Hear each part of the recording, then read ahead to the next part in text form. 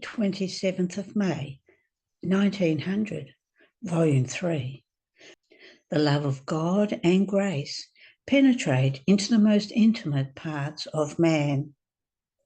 This morning, as I was feeling afflicted more than ever because of the privation of my highest good, he just barely made himself seen and told me, just as a mighty wind invests the people and penetrates even into their bowels in such a way as to shake the whole person, in the same way my love and my grace, rearing up on the wings of the winds, invest and penetrate the heart, the mind, and the most intimate parts of man. But in spite of this, ungrateful, man rejects my grace and offends me. What is not my bitter sorrow? However, I was all confused and annihilated within myself and did not dare to utter a word. I just thought, how is it that he does not come? And even when he comes, I do not see him clearly. It seems that I have lost clarity. Who knows whether I'll see his beautiful face unveiled as before? While I was thinking of this, my benign Jesus added, my daughter, why do you fear when your state is par excellence for the union of our wills? And wanting to cheer me and compassionate my sorrowful state, he told me, you are my new Job. Do not oppress yourself excessively if you do not see me with clarity. I have told you since the other day that I am not coming according to my usual way, that I want to chastise the people, and if you saw me with clarity, you would come to understand what I am doing. And since your heart has received the grafting of mine, I know what you would suffer, just as my heart is suffering, because I see myself forced to chastise my creatures. So in order to spare you these pains, I do not let myself be seen with clarity. Who can say the piercings that this left in my poor heart? O Lord, give me the strength to endure the pain. End of the reading. The 27th of May, 1922, Volume 14, The Prevenient Act and the Actual Act. I was thinking to myself, if one act done in his will is so great, how many of them, alas, do I let escape? And my sweet Jesus, moving in my interior, told me, my daughter, there is the prevenient act and the actual act. The prevenient act is when the soul, at the first rising of the day, fixes her will in mine and decides and confirms that she wants to live and operate only in my volition. She anticipates all of her acts and makes them all flow in my will.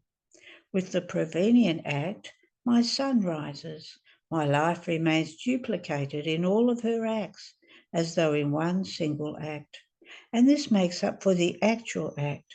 However, the prevenient act can be shaded, obscured by the human ways, by one's own will, by self-esteem, by negligence and other things, which are like clouds before the sun, that render its light less vivid on the face of the earth.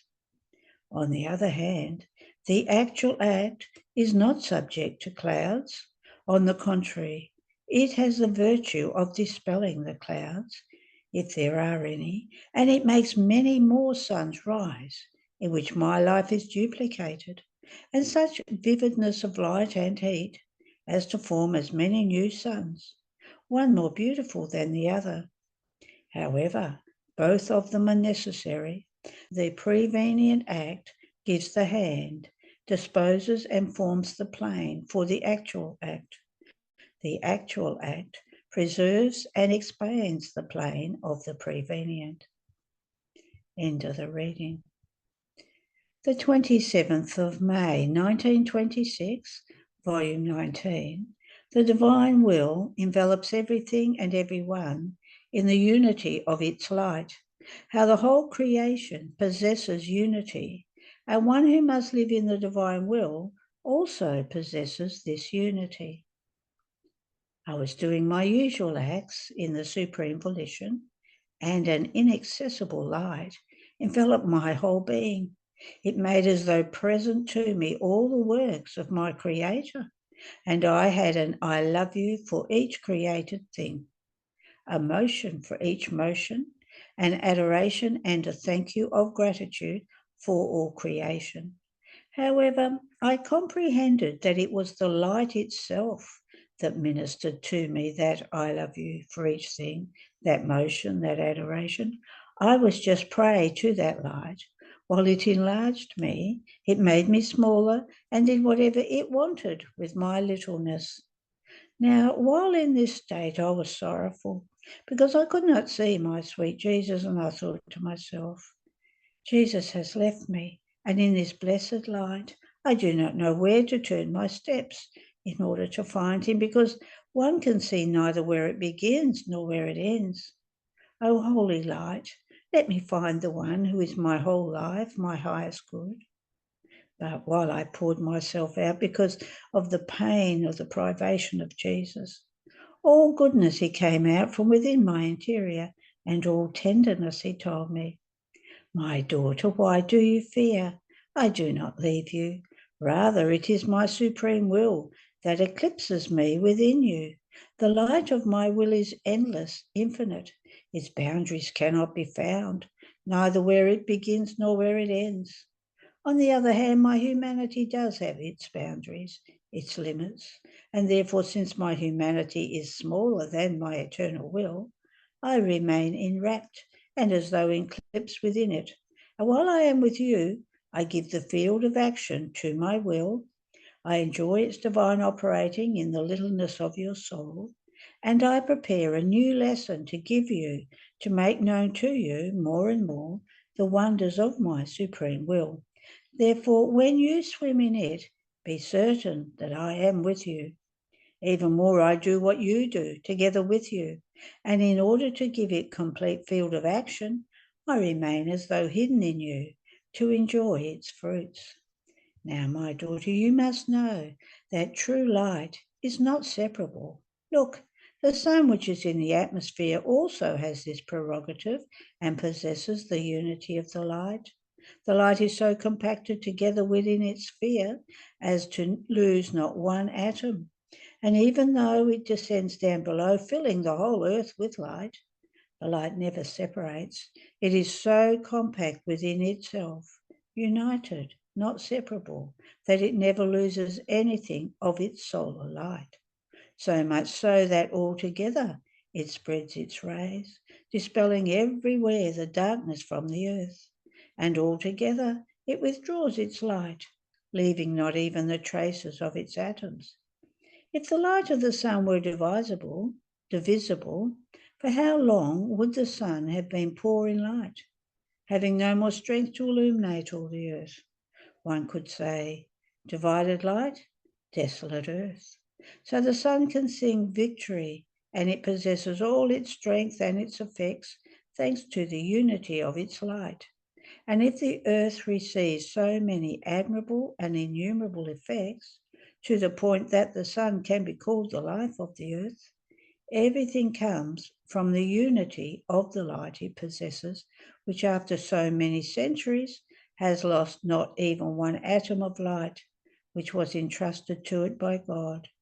And therefore it is always triumphant, majestic, and fixed, and always stable in its light, in singing the praises of the triumph and the glory of the eternal light of its Creator.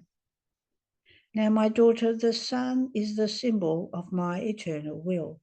And if this symbol possesses the unity of light, much more so does my will, which is not a symbol, but the reality of light, which the sun can be called the budding of the inaccessible light of my will. And have you seen its immensity and my will's immensity? And how one does not see a globe of light like the sun, but vastness, such that the human eye cannot arrive at seeing where it ends or where it begins. Yet all this endlessness of light is one single act of the eternal will. All this uncreated light is so compacted together as to become inseparable, indivisible. And so, more than sun, it possesses the eternal unity, in which the triumph of God and of all our works is founded. Now this triumph of the unity of the supreme will, the centre of its dwelling place, of its throne, is the centre of the sacrosanct Trinity. From this divine centre start its most refulgent rays, which invest the whole celestial fatherland. All saints and angels are invested by the unity of my will. They all receive its innumerable effects, and abducting them all to itself, it makes of them one single unity with the supreme unity of my will. These rays invest the whole creation and form its unity with the soul who lives in my will. Look, the unity of this light of my will, which resides in the centre of the three divine persons, is already fixed in you. So, one is the light and the act, one is the will. Now, while you do your acts in this unity, they are already incorporated in that single act of the centre, and the divinity is already with you, doing what you do. The celestial Mama, the saints and angels, and the whole creation, all in chorus, repeat your act and feel the effects of the supreme will. Watch, listen to the prodigy never before seen of that single act, which fills heaven and earth with a very Trinity, unifying itself with the creature and placing itself as the primary act of the creature. At that moment, I could see the eternal light fixed in me, and I could hear the chorus of the whole of heaven and of all creation in its mute language. But who can say everything and what I comprehended of the unity of the light of the supreme will? Jesus added, "My daughter, in order for each act to be good and holy, its origin must come from God. And behold, for the soul who lives in my will, in the unity of this light, her adoration, her love, her motion, and everything she may do, begin from the divine Trinity. So she receives the origin of her acts from God himself. And here is how her adoration, her love, her motion are the same adoration which the three divine persons have among themselves, the same reciprocal love which reigns among the Father, the Son, and the Holy Spirit. And her motion is that eternal motion which never ceases and gives motion to all. The unity of this light places everything in common. Whatever God does, the soul does. And whatever the soul does, God does. God by his own virtue, the soul by virtue of the unity of the light that envelops her. Therefore, the prodigy of living in my will is the prodigy of God himself. It is primary prodigy, while all other prodigies, all other works, even good and holy ones, remain eclipsed. They disappear before the acts done in the unity of this light. Imagine the sun spreading its rays in the unity of its light, invading all the earth, and then the creatures placing before the blazing sun of the light of the sun all the lights that exist in the low world, electric light, private lights. As many as they would want to put there, their light would always be meagre before the sun, almost as if they did not exist. And no one would use all of those lights to give light to their steps in order to walk, to their hands in order to work, to their eyes in order to see, but all would use the sun. And all those lights would remain idle, without doing good to anyone. Such are the other acts, which are not done in the unity of the light of my will. They are the little lights before the great sun, which one almost does not notice. However, those very lights which are useless, which make no impression and do no good when the sun is present, once the sun disappears, acquire their little value, do their little good, are light in the darkness of the night, serve the work of man. However, they are never sun, nor can they do the great good which the sun can do. Yet the purpose of creation was that all things having come out from within the unity of this light of the supreme fiat, all should have remained in the unity of it. Only the creature did not want to recognize this purpose. He went out of the unity of the light of the Son of my will and reduced himself to begging for the effects of this light, almost as the earth begs its vegetation and the development of the seeds it hides in its womb from the sun. What sorrow, my daughter, to reduce oneself from king to beggar, and to beg from those which were to be at his service. All afflicted and sorrowful, Jesus kept silent, and I comprehended all the sorrow that pierced him. I could feel his sorrow within me, penetrating deep into the inmost fibres of my soul. But I wanted to cheer Jesus at any cost, so I returned to my usual acts in the unity of his will, knowing that he easily passes from sorrow to joy when my littleness dives into the inaccessible light of his will. And Jesus loved together with me, and love healed his sorrow. Then he resumed his speaking. My daughter, since I am raising you in my will, oh, please do not want ever to give me this sorrow, so piercing, of going out of the unity of the light of the supreme fiat. Promise me, swear that you will always be the newborn of my will. And I, my love, be consoled, I promise, I swear, and you must promise me to keep me always in your arms and sunken in your will. You must never leave me if you want me to be always, always a little daughter of your will, for I tremble and I fear myself. More so since the more you speak about this supreme volition, the more I feel that I am no good, and the nothingness of my nothing makes itself felt more. And Jesus, sighing, added, my daughter, feeling your nothingness more does not oppose the living in my will. On the contrary, it is a duty of yours. All of my works are formed over nothing, and this is why the all can do what he wants. If the sun had reason and someone asked it, what good do you do? What are your effects? How much light and heat do you contain? It would answer, I do nothing. I just know that the light given to me by God is invested with the supreme will, and I do whatever it wants. I extend wherever it wants, and I produce the effects it wants. And while I do so much, I remain always nothing, and the divine will does everything in me. And the same for all my other works. All their glory is to remain in their nothingness in order to give the whole field to my will to let it operate. Only man wanted to do without the will of his creator. He wanted to make his nothingness operate, believing himself to be good at something. And the all, feeling himself placed after the nothing, went out of man, who reduced himself from superior to all to inferior to all. Therefore, let your nothingness be always at the mercy of my will, if you want the unity of its light to operate in you and call the purpose of creation back to new life. End of the reading.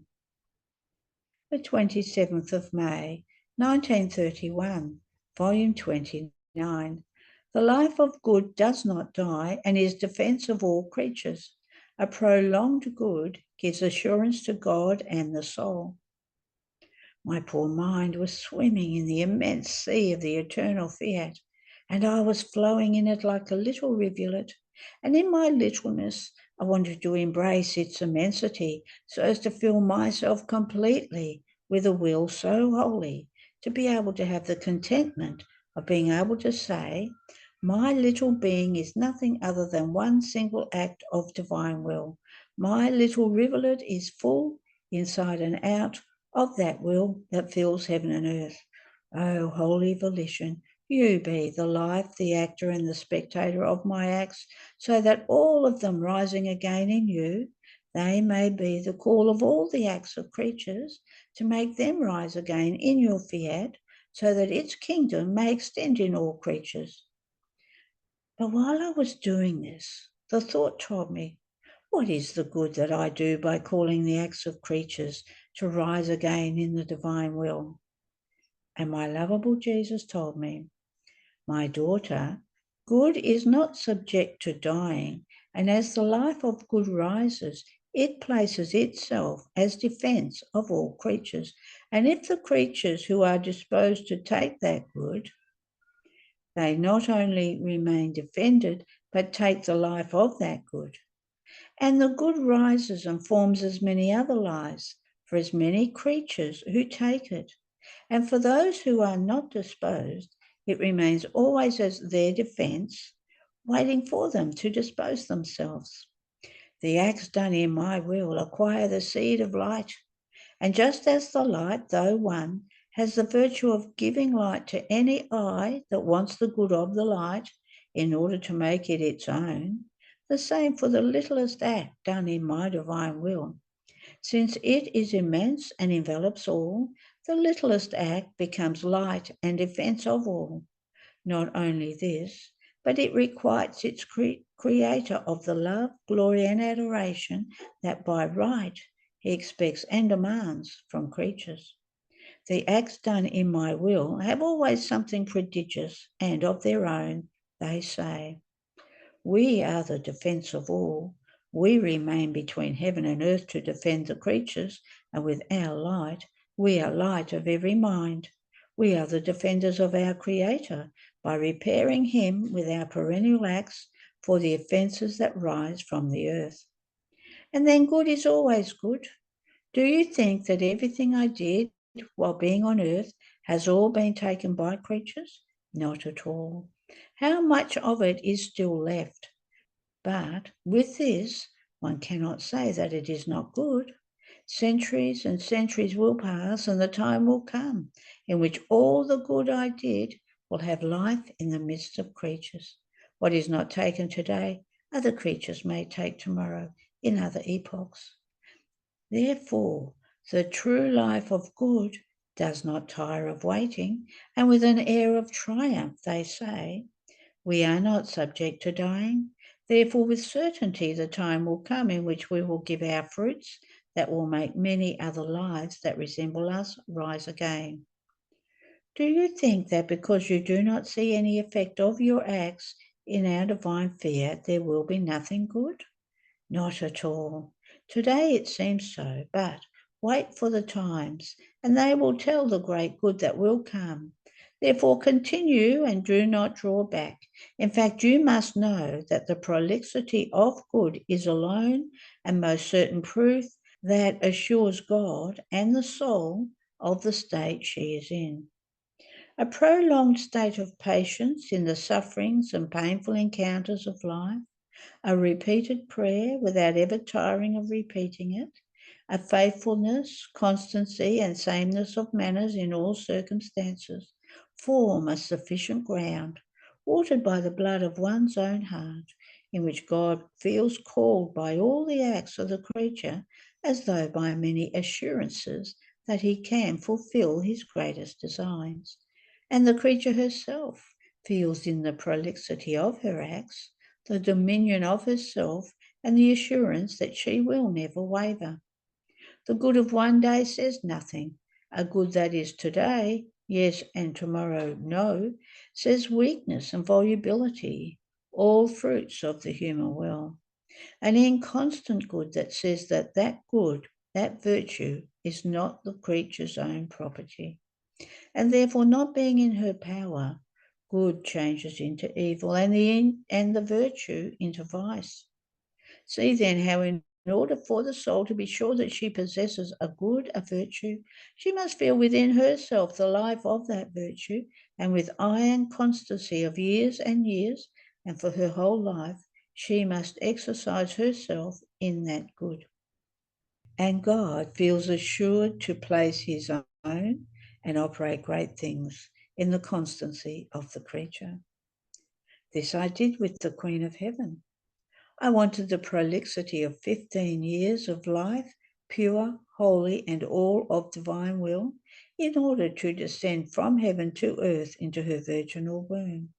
I could have done it before, but I did not want to, First, I wanted her acts of assurance and the prolixity of her holy life, almost to give her the right to be my mamma, and for my infinite wisdom to have reason for having operated unheard of prodigies in her. And is this perhaps not the cause, the long prolixity of the long sufferings? For I wanted to be sure about you, and not with words, but with facts.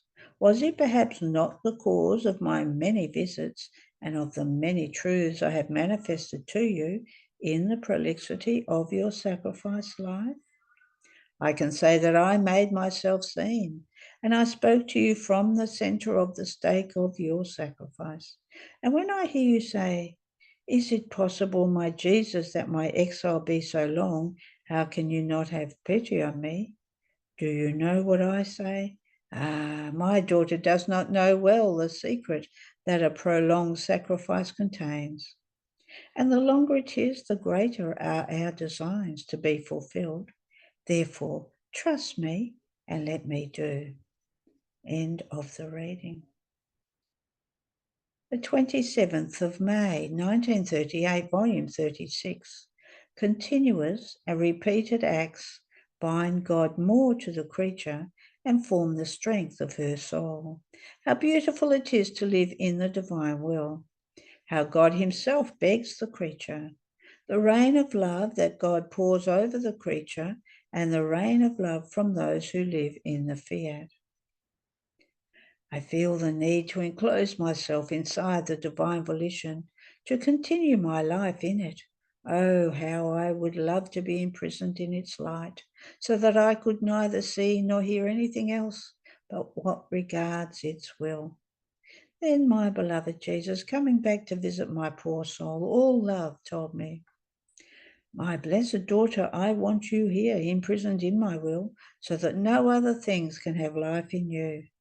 Now you must know that all of the harmony of the creature is in the repetition of her good acts done in my will. A single act does not form any harmony or beauty, but many continuous acts united together call the attention of God, who wants himself in waiting for the acts of the creature. As she performs then, he communicates to her now beauty, now sanctity, now goodness, wisdom, or love. In sum, he provides her with his ornaments and divine qualities. All the acts repeated by the creature form the strength of her soul, binding God even more to herself. They form heaven in the depth of the soul, and as she goes on repeating her acts, some are turned into star, others into wind blowing whispers of love, others become a sea continuously murmuring love, glory, adoration to God the Creator. In some, the whole atmosphere is reproduced in her. However, when the acts are not continuously repeated, they lack that unifying power that gives strength to all. They lack that divine mode of acting unceasingly, sustaining each of them with creative strength in perennial attitude of doing and redoing again. Furthermore, a single act has never formed any sanctity because it has no strength. It does not possess the life of love, since true love never says enough, never stops, and if it does, it's dead. Only continuously repeated acts can send good surprises to heaven, where as one arriving act is being enjoyed, another one follows, and more arriving, forming the enchantment for the heavenly fatherland. Therefore, in my will, there is always something to do, and time can't be wasted. Then, with a more tender tone and stronger love, he added, "My daughter, how beautiful it is when a soul loves to do the divine will. Heaven lowers itself and everybody assumes the posture of venerating and adoring the supreme volition. They see its majesty, height, and power enclosed in the little circle of the creature, doing what it does in its celestial royal palace, sumptuously showing its love and works, being honoured as great queen, to the extent that royal lives arise for as many acts as the creature does. Then my fiat feels all its divine power its ruling sceptre brandished in royal modes, while the creature renders it all the honours it deserves. Since my fiat embraces all, it feels so glorified that it is as if all would let it reign. In some we can't find truer beauty, receive greater love, operate more exceptional prodigies than in the soul who loves to live in our will. My desire for the soul to live in our will, my anxiety, my ardent desires are such that I keep repeating to the ear of her heart, make me content. Don't make me sigh any more. If you live in my fiat, the night will be over for you and you will enjoy the fullness of the day, or better still, every act done in it will be a new day, bringing new graces, new love, and unexpected joys. All the virtues will have a celebration for you in their place of honour. Like many princesses, they will court your Jesus and your soul. You will form in yourself my throne of brightest light, where I will dominate as a king. In all freedom, I will dominate your whole being, even your breathing. I will court you with all my works, my pains, my steps, my love, my own strength, to be your defence, your help, and your food. There is nothing I won't give you if you live in my will. Now you must know that our Supreme Being keeps the creature under a thick rain of love. All created things pour a rain of love upon her. The sun pours light of love. The wind pours waves, blows freshness and caresses of love. The air pours continuous lives of love. My immensity surrounding her, my power sustaining and bringing her as in my arms. My creative act preserving her. All pour on her infinite and powerful love, love that every instant creates more love. We are always over the creature to enclose and drown her with love. She makes us delirious for so much love, and still she doesn't let herself be won over to loving us. What pain, what suffering. But would you like to know who has exact knowledge of our uninterrupted reign of love? The one who lives in our will. Only she feels our continuous reign of love. Furthermore, by living in it, everything is hers. Not knowing what to do to give to us in return or how to shower her rain of love, she takes all created things, our immensity and power, our creative virtue, always in the act of creating only for the sake of love, and she ascends in our very will, beginning to pour on our divine being light and caresses of love, immense and powerful love, as if she wanted to match us, taking us in her arms and saying, see how much I love you. You pour on me and I pour on you. I have in my power your immensity and power that allows me to bring everything back to you. My daughter, you cannot comprehend how much relief we feel, how our flames remain refreshed and soothed under this rain of love from the creature. Our contentment is such that we feel as if we are repaid for the whole work of creation and paid by the same coins of love with which we loved her so much. Our love has the virtue of letting form in the creature sufficient and abundant coins to pay us for what we have done for her. Therefore, in the midst of our joy, we say, tell us, what do you want? Do you want us to make up more stratagems of love? We will do it for you. Tell us, what do you want? We will please you in everything. We will refuse you nothing. Denying you something, not pleasing you in all, would be like denying something to ourselves, like placing a discontent into our endless joys. Therefore, we find everything in the soul who lives in our will, and she finds everything in us. End of the reading. There are no more readings today.